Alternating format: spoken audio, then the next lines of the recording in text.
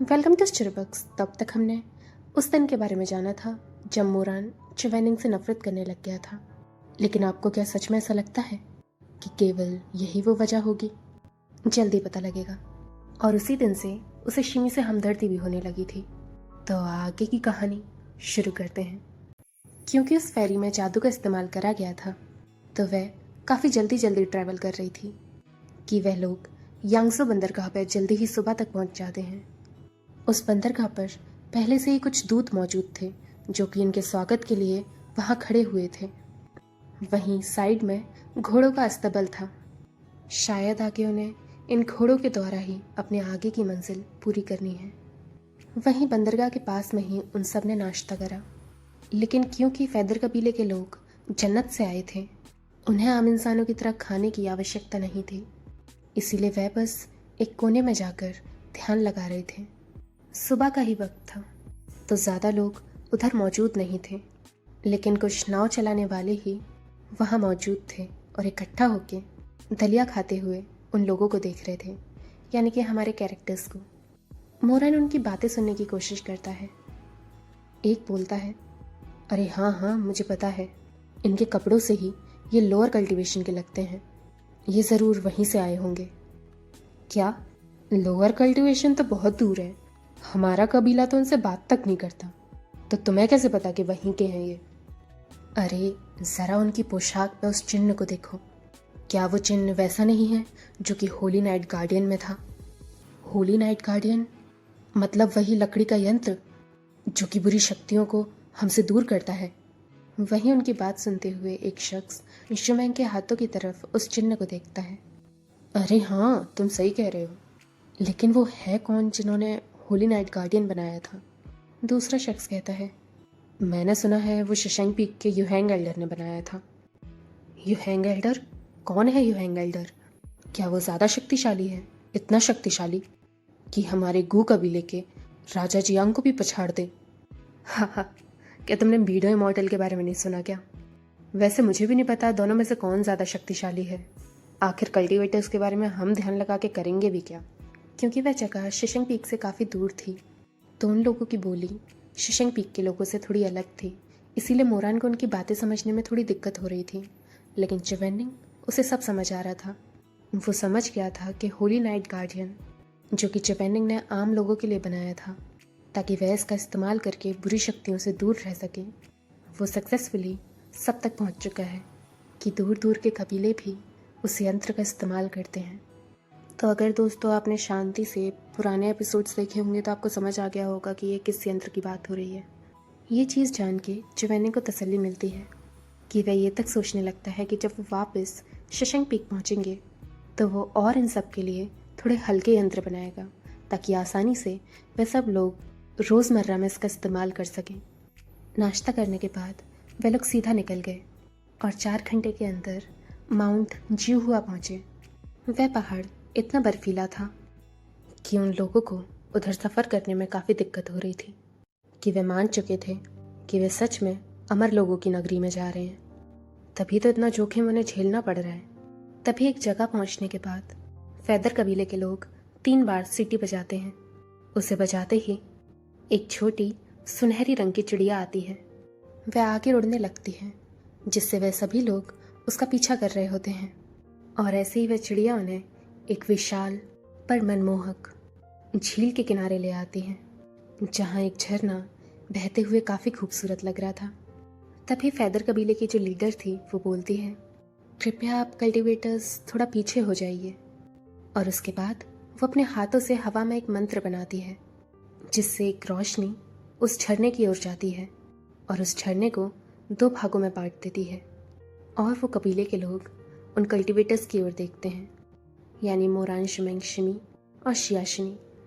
My Lord's, मैं आप लोगों से गुजारिश करूँगी, हमारे साथ पीच ब्लॉसम स्प्रिंग में चलिए। और फैदर कबीले और बाकी लोग उस झरने के अंदर चले जाते हैं। चलते हुए मोरान और बाकी सबको एक सफ़ेद रंग की तेज़ सी रोशनी आती है जिससे उन्हें कुछ दिखता नहीं, और एक झटके में वह लोग पीच ब्लॉसम स्प्रिंग आ गए थे।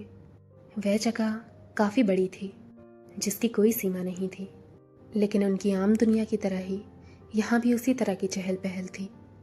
पीच ब्लॉसम स्प्रिंग एक इस तरह की दुनिया है जहाँ उस कबीले के लोग बाकी कबीलों से ताल्लुक़ नहीं रखते, यानी बाकी दुनिया वालों से ताल्लुक़ नहीं रखना चाहते जब तक कोई मुसीबत ना आए। हाँ, हम इसे जन्नत नहीं पुकार सकते, वह ज़रूर एक अलग ही दुनिया है, लेकिन इसको ज़रूर हूबहू दूसरी जन्नत कहा जा सकता है। वह जगह बेहद खूबसूरत थी और पूरी स्पिरिचुअल एनर्जी से भरपूर थी कि मैं आपको बयान नहीं कर सकती। बस ये मान लीजिए, एक खूबसूरत पेंटिंग की तरह वहाँ की सीनरीज अद्भुत थी। वहीं वहाँ चलते चलते हमारे कैरेक्टर्स को मौसम तक बदलते हुए दिख रहे थे, जो कि काफ़ी जल्दी बदल रहे हैं। वही फैदर कबीला उन्हें रास्ता दिखा रहा था और आगे चल रहा था।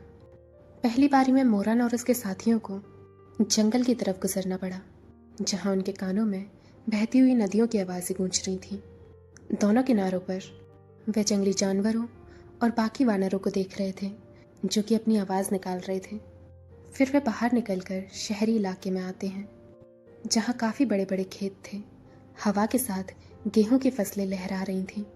और आखिरकार जब वे शहर के किले में दाखिल हुए तो उनकी जहाँ तक नज़र जाती वहाँ तक काफ़ी ज़्यादा डिटेल्स बिल्डिंग बनी हुई थी, और उन बिल्डिंग्स में एक भी दाग या टूट फूट की कोई निशानी नहीं थी।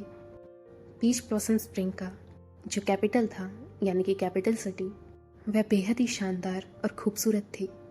वह शहर अपने आप में ही भव्य था, और उधर इंसानों के लिए भी हर तरह की सुविधाएं मौजूद थी कि उन्हें वो अपनी दुनिया से कम नहीं लग रहा था इलाका। खान पान के लिए कैंटीन्स, कैफ़ेज़ सब मौजूद थे। बस एक चीज़ अलग थी कि जो गिरते हुए फल या फिर बर्फ़ के टुकड़े होते हैं, वो गिरने की जगह हवा में घूम रहे थे और ऐसे ही हवा में नाच रहे थे। जो पक्षी या बगुले इन लोगों ने आज तक नहीं देखे थे, वह भी हवा में उड़ रहे थे। वहीं उस कबीले के जितने भी लोग थे, सारी की सारी स्त्रियां, क्योंकि उधर स्त्रियां ही होती हैं, वह परियों से कम नहीं, एक से एक खूबसूरत थी, जैसे किसी तस्वीर से उसे जिंदा कर कर निकाला हो। इतना भव्य दृश्य होने के बावजूद, क्योंकि मोरन और उसके बाकी साथियों ने जिनचेंग लेक का नज़ारा देख रखा है, जिसकी पानी के अंदर की दुनिया अलग ही थी, कि उनके लिए दृश्य इतना ज़्यादा चौंकाने लायक नहीं होता। और वे सभी लोग सड़क पार कर कर एक चौराहे की ओर पहुँचे, जहाँ उन्होंने एक प्राचीन पेड़ के पास, जो कि काफ़ी ऊंचा था, उधर फैदर कबीले के एक निवासी को देखा, जिसने बाकी कबीले के लोगों से थोड़े कपड़े अलग पहन रखे हैं, जहाँ उनके कोट में काफ़ी ज़्यादा पंख लगे हुए हैं और उस कोट पर सोने की कढ़ाई करी गई है। वहीं उनके माथे पर जो आग का निशान था, वह बाकी कबीले के लोगों से बेहद गहरा था कि कोई भी इंसान समझ जाए कि इस कबीले के बाकी जनों से इनकी शक्तियाँ काफ़ी ज़्यादा हैं। और वो लोग जो मोरन और उसके साथियों को रास्ता दिखा रहे थे, वह उनको उस शख्स के पास ले जाते हैं और झुककर उस शख्स को सलाम करते हैं। प्रभु, शिशेंग पिग की तरफ से 4 दूत आ चुके हैं। वह शख्स कहती हैं, आप सबकी मेहनत के लिए आपका शुक्रिया, अब आप लोग आराम कर सकते हैं। बाकी सब कहते हैं, जी प्रभु। वह शख्स काफ़ी ज़्यादा प्यारी थी और उनकी आवाज़ भी मधुर थी। मेरा नाम 18 है। मेरे कबीले के परिवार के मुख्य जनों ने मुझे यहाँ का प्रभु नियुक्त करा है। आपकी भाषा में कहा जाए तो यहाँ की रानी। हम सभी आपके शुक्रगुजार हैं कि आपने यहाँ शिक्षा लेने के लिए अपना प्रोत्साहन दिखाया और इतना जोखिम उठाकर यहाँ आए। अगर इधर आने में आप लोगों को कोई भी तकलीफ़ हुई हो तो हम सभी को माफ़ कर दीजिए, और इधर रहने में कभी भी कोई भी दिक्कत आए तो बिना किसी शंका के हमें ज़रूर बताइएगा। मैडम 18 की वो खूबसूरती, साथ के साथ उनके बोलने का तरीका, वह ज़रूर काफ़ी अच्छा इंप्रेशन छोड़ रही थी।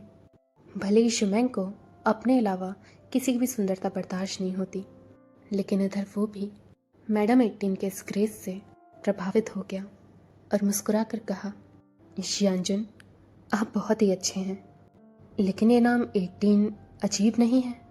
क्या मैं थोड़ा और जान सकता हूँ कि आपका ये नाम कैसे पड़ा? 18 जेंटली रिप्लाई करती हैं, मेरा कोई सरनेम नहीं है, मेरा नाम 18 ही है। मोरन थोड़ा हंसता है, अगर आपका नाम 18 है तो इधर ज़रूर कोई 17 नाम का भी होगा। वो तो बस इस बात का मजाक बनाना चाह रहा था लेकिन उसने सोचा नहीं था कि 18 का जवाब कुछ ऐसा आएगा। अरे वाह, आप तो काफ़ी ज़्यादा होशियार हैं। आपने सही पकड़ा। मेरी बहन का नाम 17 है। दरअसल फैदर कबीले के लोग भगवान के द्वारा नीचे फेंके हुए पंखों से पैदा हुए हैं। जब हमने अपनी साधना को अच्छे से परखा नहीं था तो हमारा रूप एक बगुले की तरह था। सबसे पहले बगुले जिन्होंने इंसान का रूप धारण करा वो महाप्रभु मेरे ही परिवार के थे। तो उसके बाद से जो लोग गिनती दर गिनती इंसानों का भेस लेने लग गए उनके नाम इसी तरह पड़ गए, 1 2 3, और यहाँ मैं 18वीं हूँ। जब मोरान ने ये वाली बात सुनी तो वह एकदम से स्पीचलेस हो गया। उसने सोचा था कि केवल उसके चाचा शू जेंगयोंग ही हैं जो अजीबोगरीब नाम रखते हैं, लेकिन उसने सोचा नहीं था कि उनको भी टक्कर देने के लिए कोई यहाँ मौजूद है जो कि सीधा नंबरों से नाम रखता है। फिर 18 कहती हैं, चलिए फिर काम की बात पर आते हैं। यह आपका पहली बार है कि आप पीच ब्लॉसम स्प्रिंग आए हैं, तो अभी यहाँ की ट्रेनिंग से आप इतना अवगत नहीं होंगे। इंसानों की नगरी में कई सदियों से कल्टीवेशन को 2 भागों में बांटा गया है, एक किताबों की विद्या और एक कबीले की विद्या। लेकिन ये जगह अलग है। हमारे फैदर कबीले के लोग अच्छी तरह से अवगत हैं कि कौन किस विद्या में विशेष भूमिका देता है। यहाँ कुछ लोग हैं जो डिफेंस में स्पेशलाइज हैं, कुछ अटैकिंग में या कुछ हीलिंग में। तो हमने सभी लोगों को इन 3 भागों में बांटा हुआ है और इसी प्रकार आपकी ट्रेनिंग भी पूरी करी जाएगी। मोरन मुस्कुराता है, ये तो अच्छा है। 18 उसकी ओर हाँ की ओर इशारा करती है। आपका शुक्रिया छोटे श्यानसन। गू कबीले के कल्टीवेटर्स भी कुछ दिन पहले ही इधर आए हैं, लेकिन जब उन्हें इस तकनीक के बारे में पता लगा कि हम 3 तरह के भागों में बांट देते हैं लोगों को, तो ये बात सुनकर उनको खुशी नहीं महसूस हुई। मोरान को ये सुन के अजीब लगता है और वो कहता है, डिफेंस डिफेंस की जगह है, अटैक अटैक की जगह, वहीं हीलिंग भी हीलिंग की जगह ही होती है। इस चीज़ को काफ़ी अच्छे भागों में बांटा गया है और काफ़ी अच्छी सोच के साथ। तो इस बात से वह लोग नाखुश क्यों थे? 18 रिप्लाई देती है, असल में इधर एक राजकुमार हैं दुआंग नाम के। दुआंग राजकुमार जो कि गू साम्राज्य से हैं, वह डिफेंस में विशेषज्ञ रखते हैं, तो उन्हें बाकी श्यानसन के साथ अलग होना पड़ा। लेकिन वहीं उनकी बहन, उनकी विशेषता अटैकिंग में है, तो उन्हें दुआंग श्यानसन से अलग होना पड़ा और अलग डिवीज़न में जाना पड़ा। वैसे मैं नहीं समझ पाती कि इंसानी नगरी में लोगों को इतना प्यार और सद्भावना क्यों महसूस होती है, और ना ही मुझे ये समझ आता कि वे रिश्ते और काम को अलग क्यों नहीं रखते। पर मैं इतना बता सकती हूँ कि दुआंग राजकुमार को अपनी बहन से अलग होना पसंद नहीं आया। मोरन मुस्कुराता है, हाँ, इसमें आखिर ऐसा कौन सा भारी काम? 1 मिनट, आपने क्या कहा? और वह अपनी हंसी रोकता है और सुन के हैरान हो जाता है। 18 कहती है, जो जिस डिवीज़न से बिलोंग करता है उसको केवल विद्या ही अलग नहीं मिलेगी, बल्कि उनको अलग जगह रहना होगा। मुझे खुशी है कि आप समझदार हैं, कि आपको ये बात जल्दी समझ आ गई। मोरान का चेहरा एकदम से बदलने लग गया था कि 18 को समझ नहीं आया। वहीं मोरान कहता है, ये किस तरह का मजाक है? ऐसा कौन करता है कि हम रह भी नहीं सकते संग? और 1 घंटे तक मोरान के साथ यूं ही आर्ग्यू करते हुए 18 उनके संग ही वक्त बिताती है, जहाँ वह मोरान की एक नहीं मान रही थी। मोरान काफ़ी कोशिश कर रहा था कि वो 18 को मना ले, लेकिन कुछ नहीं हो पाया। और अगले ही पल मोरान अपने दिए हुए घर के आंगन के बाहर खड़ा हुआ था और चुपचाप वही निराश बैठा हुआ और बहुत निराश था।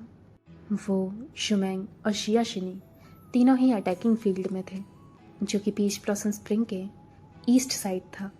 वो कोई आम जगह नहीं थी, बल्कि पूरी की पूरी एक कॉलोनी बसी हुई थी, जहाँ अटैकिंग डिवीज़न के लोग ही रहते हैं। उस कॉलोनी में 20 तरह के आंगन थे, जहाँ हर आंगन में 4-4 घर दिए हुए थे। उधर पहाड़ भी थे, झील भी थी और गलियाँ और मार्केट भी सजी हुई थी, ताकि वहाँ किसी भी इंसान को कोई दिक्कत ना आए, क्योंकि हर चीज़ इंसानी नगरी की तरह ही दी हुई थी। जैसे कि फैदर कबीले के लोगों को मालूम था कि इंसानी नगरी से ज़रूर कभी सारे कल्टीवेटर्स आएंगे और इधर विद्या प्राप्त करेंगे। तो इसीलिए ये बनाया गया ताकि उन्हें इधर रहने में कोई दिक्कत ना हो। वहीं शिमी के बारे में कहा जाए तो वो हीलिंग डिवीजन से था। उसको पीच ब्लॉसम स्प्रिंग के दक्षिण की ओर भेज दिया, यानी कि साउथ साइड, जो कि काफ़ी दूर था, जहाँ मोरान और बाकी उसके साथी रहते थे वहाँ से। और उधर जाने के लिए कई सारे बैरियर्स भी बने हुए थे, जिसको वो लोग पार तभी कर सकते हैं जब पीच ब्लॉसम स्प्रिंग के कबीले की अथॉरिटी उधर उन्हें जाने दे। तो मोरान और शिमी केवल तभी मिल सकते हैं जब उनकी एक क्लास लगा करेगी, जो कि पीच ब्लॉसम स्प्रिंग के बेसिक्स के बारे में होती है। इसके अलावा उनका मिलना हद से ज़्यादा मुश्किल लग रहा है। मोरान के लिए केवल यही चिंता का विषय नहीं था, वह और भी किसी बात से परेशान था। और मोरान ऊपर की ओर देखता है, फिर सामने देखता है तो शुमेंग उधर खुशी खुशी उस आंगन के चक्कर लगा रहा था। जाहिर सी बात है वो ज़रूर अपने लिए सबसे आरामदायक कमरा चुन रहा होगा। और मोरान सोचता है, शुमेंग, सही कहा, हे भगवान, अब से मुझे इसके साथ रहना पड़ेगा रात दिन। वो मुझे भी नहीं पता कि कब तक। भगवान ऐसी कौन सी सज़ा दे रहा है मुझे। जाहिर सी बात है, जिसे वो प्यार करता था, जो कि वो मानता है कि प्यार करता था, उससे अलग रहना पड़ रहा है। और जो कि उसका दुश्मन है, जिसे वो मानता है कि वो दुश्मन है, उसके संग उसे रोज़ रहना पड़ेगा। वहीं फैदर कबीले के लोग अपर कल्टीवेशन से लोअर कल्टीवेशन तक एक एक करके हर कबीले के उस कल्टीवेटर को ढूंढा जो कि विद्या लेने के लिए नियुक्त हो। जिस दौरान लोअर कल्टीवेशन का शशंक पीक आखिरी नंबर पर आया, तो उनके आने से पहले ही बाकी कबीले के जितने भी लोग थे वह सब उनके आने से पहले ही आ चुके थे। और शुमेंग देखता है कि उनके घर में, जिसमें 4 कमरे हैं, उनमें से एक कमरा पहले ही किसी ने ले रखा है। शुमेंग कहता है, अजीब, पता नहीं किसने लिया होगा ये। मोरान जवाब देता है, चाहे कोई भी हो, बस कोई ऐसा ना हो जो हमें परेशानी दे। शुमेंग पूछता है, मतलब क्या है तुम्हारा? मोरान कहता है, मैं तुमसे पूछता हूँ पहले, तुमने कौन सा कमरा चुना है? शुमेंग ये सुनकर एकदम से घबरा जाता है और कहता है, क्या प्लानिंग चल रही है तुम्हारी? मैंने पहले ही अपना कमरा चुन चुका है, ठीक है ना? और अगर तुम उसके लिए मुझसे लड़ने लगे तो मैं पहले ही बता दे रहा हूँ, मैं ना। शुमेंग ने सोचा ही नहीं था कि मोरान करने क्या वाला है, लेकिन मोरान तभी हंसने लगता है, जिसकी वजह से शुमेंग चुप हो जाता है। और मोरान कहता है, मुझे बड़े कमरे पसंद नहीं, तो मैं तुमसे नहीं लड़ूंगा, लेकिन मैं तुमसे पूछता हूँ कि अगर ये घर अब भी खाली है। और मोरान उस कमरे की ओर इशारा करता है जो कि पहले ही किसी ने बुक कर रखा था। तो क्या तुम उसके संग कमरा बदलोगे? शुमेंग पहले उस छोटे घर की ओर देखता है। गाइस, वो घर झोपड़ी जैसे थे, ठीक है ना? आप समझ गए होंगे कि अगर मैं 4 कमरे कह रही हूँ तो वो 4 झोपड़ी हैं।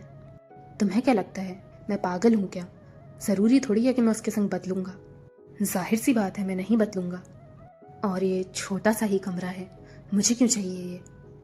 मोरान फिर कहता है, तभी मैं कह रहा हूँ भाई, जो इंसान हमारे साथ रह रहा है वो हमें आगे कोई दिक्कत नहीं देगा, क्योंकि जब ये चारों झोपड़ियाँ खाली थीं तो उसने ये छोटा कमरा चुना, न कि वो वाला जो तुम्हें पसंद आया था। ऐसी चीज़ वो 2 वजह से ही कर सकता है, या तो वो संकी होगा या फिर वो ज़रूर दरिया दिल होगा। शुमेंग को लगता है कि इस बात में मोरान की दम तो है, लेकिन क्योंकि मोरान मुस्कुरा रहा था तो शुमेंग को फिर उस पर शक होने लगता है कि ज़रूर मोरान कुछ और भी छुपा रहा है। कहीं इसका मतलब ये तो नहीं कि जो इंसान इस झोंपड़ी में रहने आया है वो ज़रूर कोई छोटी जगह से आया होगा, एक आम सा छोटा सा आदमी। क्या होगा अगर वो शुमेंग के लिए दिक्कत खड़ी करे, या वो ज़रा मोरान से भी ज़्यादा वल्गर निकले? लेकिन क्योंकि मोरान ने इस बात में शुमेंग का कहीं भी मजाक नहीं उड़ाया था, तो शुमेंग ज़रा भी उस पर नहीं चिल्ला पा रहा था। और मोरान की होशियारी से उसे शर्मिंदगी महसूस होने लगती है और वह कहता है कि कैसा भी हो, अगर एक आम इंसान को भी यहाँ आने के लिए नियुक्त करा गया है तो मैं उसमें कुछ नहीं कर सकता। मैं जैसे पला बड़ा हूँ मैं उसी तरह से रहूँगा। और वैसे भी मुझे दरिया दिली का शौक़ नहीं, तो जिसको भी दरिया दिली दिखानी है दिखाए, मुझे कोई फ़र्क नहीं पड़ता। अपनी बात ख़त्म करते ही शुमेंग वहाँ से चला जाता है। तो वहीं उस आंगन में जो 4 घर बने हुए थे एक एक कल्टीवेटर उस घर का मालिक बन जाता है। शुमेंग वो नॉर्थ वाला घर लेता है, जो कि बाकी घरों से काफ़ी ज़्यादा बड़ा और आरामदायक था, जहाँ वो घर पक्की दीवारों का बना हुआ था और उधर के फ्लोर सोने से कोटेड थे। वहीं मोरान पश्चिम दिशा की ओर वाला घर लेता है, जो घर पत्थरों का बना हुआ था, जहाँ उस घर की एंट्रेंस पर एक पीच ट्री था। वहाँ की फूलों की महक से मोरान का घर छोटा ज़रूर था, लेकिन सुगंधित हो रखा था। वहीं चुवैनिंग, उसने पूर्व दिशा की ओर वाला घर चुना, जो कि बैम्बूस का बन रहा है। वहीं जब सूरज पश्चिम की ओर ढलता है तो उसकी रोशनी से चुवैनिंग के घर के बैम्बूस एकदम जेड की तरह चमकने लगते हैं। वहीं साउथ साइड में वही दरिया दिल इंसान रह रहा था, जिससे वह लोग अभी मिले नहीं हैं। चुवैनिंग की तबीयत अभी तक ठीक नहीं हुई थी। सर्दी लगने के कारण उसको चक्कर आ रहे थे, इसीलिए वो जल्द ही आराम करने के लिए चला गया। शुमेंग शियाशिनी के साथ ही था ताकि उसकी देखभाल कर सके। लेकिन थोड़ी देर बाद जब शुमेंग ने महसूस करा कि उसका लिटिल शिदी ना ही रो रहा है, ना ही कोई चीज़ मांग रहा है, ना ही उसके शिदी को कहानियाँ सुनने का शौक है, उसने बस खुद को ब्लैंकेट से सर से लेके पैर तक ढका हुआ है और एक राइस बॉल की तरह लग रहा है कि जब शुमेंग को महसूस होता है कि अब शियाशिनी गहरी नींद में सो चुका है, तो वह शांति से उसके बेड से उठता है और वहाँ से निकल आता है। वहीं आंगन में शुमेंग देखता है कि मोरान ने 2 कुर्सियाँ लगाई हुई हैं, जहाँ एक पर वो बैठा है और दूसरी पर बस वो अपना पैर टिकाने वाला है। वहीं मोरान शांति से सूरज को डूबते हुए देख रहा है। जैसे ही मोरान की नज़र शुमेंग की ओर पड़ती है, मोरान पूछता है, क्या शियाशिदी सो गया? शुमेंग हाँ की ओर इशारा करता है। उसका बुखार कैसा है? क्या वो कम हुआ?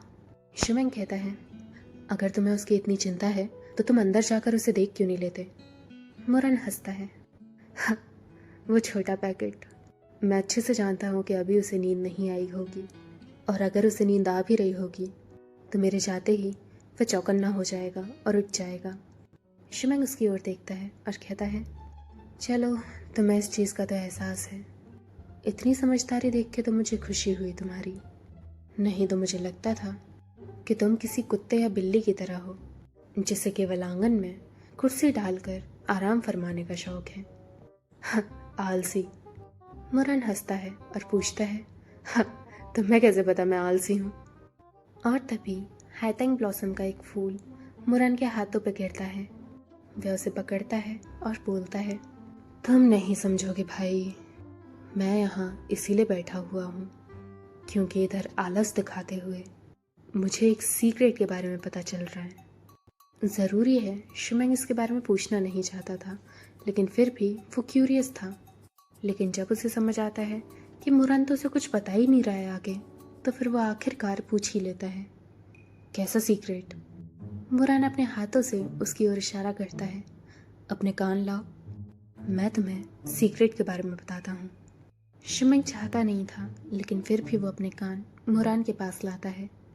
वहीं मोरान शुमेंग के कान को खींचता है और हंस के कहता है, हाँ, फंस गए तुम, बेवकूफ़ मैंग मैंग मेरे भाई। शुमेंग की आंखें 2 गुना बड़ी हो गई थीं। वह गुस्से से पूरा लाल हो चुका था और वो चिल्लाता है, तुमने मुझसे झूठ बोला, तुम्हें अवश्य दंड मिलना चाहिए। मोरान हंसता है, हाँ, तुम्हें कैसे पता मैंने झूठ बोला? और कैसे कह सकते हो तुम कि मैंने झूठ बोला? मैंने ज़रूर एक सीक्रेट खोजा है, पर मैं वो तुम्हें नहीं बताने वाला, बस यही बात है। शुमेंग कहता है, अगर मैं तुम पे अभी तक विश्वास करूं तो ज़रूर मैं पागल कहलाऊंगा। कोई सीक्रेट विक्रेट नहीं मिला तुम्हें। और वहीं दोनों फिर चिड़िया कुत्ते की तरह यूं ही लड़ने लगते हैं। वहीं मोरान उसे मुस्कुराते हुए छेड़े जा रहा और उधर शुमेंग और पे और गुस्सा होता जा रहा। तभी उधर एक शख्स की आवाज़ आती है, हाँ, क्या आप दोनों भी विद्या प्राप्त करने आए हैं? इस आदमी की आवाज़ काफ़ी साफ और सीधी थी। मोरान और शुमेंग उस शख्स की ओर देखते हैं। वहीं ढलते हुए सूरज की रोशनी से वो शख्स उधर खड़ा हुआ था, जिसने एक टाइट सूट पहन रखा था। इस आदमी के फीचर्स काफ़ी ज़्यादा डीप थे और उसके माथे पे एक जेडेड क्राउन था। उसका चेहरा भी काफ़ी हैंडसम था और जोशीला भी, लेकिन उसकी हाइट ज़्यादा लंबी नहीं थी और वो दिखने में भी बाकियों से पतला था, लेकिन फिर भी वो मजबूत लग रहा था। मुरन जैसे उस शख्स की ओर देखता है, वो एकदम से चौंक जाता है, जैसे उसके पूरे चेहरे का खून उसकी आंखों में आ गया हो। उसका दिल तेजी से घबरा जाता है। ना ही मुरन बता पा रहा था कि इस दौरान उसको कैसी फीलिंग आ रही है। अगर अपनी पिछली ज़िंदगी में कोई भी ऐसा इंसान था जिसकी मुरन दिल से इज्जत करता था और उसको एडमायर भी करता था, तो वो शख्स भी उन्हीं में से है और उसकी आंखों के सामने है। तो वो दरिया दिल इंसान जो उन लोगों के संग रहेगा, वो असल में यही इंसान है। तो इसी के साथ हमारा चैप्टर ख़त्म होता है। मैं आपको बता देती हूँ कि उस इंसान का नाम क्या है, ये वांगशी। कैसा होगा अगर मैं आपको अभी इसका स्पॉइलर दे दूँ? वैसे इसका स्पॉइलर काफ़ी आगे खुलेगा, लेकिन फिर भी मैं बताना चाहती हूँ। ये वांगशी कोई लड़का नहीं है, बल्कि लड़के के भेस में ही रहता है। असल में ये एक लड़की है। अब वो ऐसा क्यों करती है, क्या रीज़न है, क्यों वो लड़का बनी, और क्या इसकी भी कोई आगे लव स्टोरी होगी या नहीं, वो जानने के लिए देखते रहिए स्टोरी बक्स।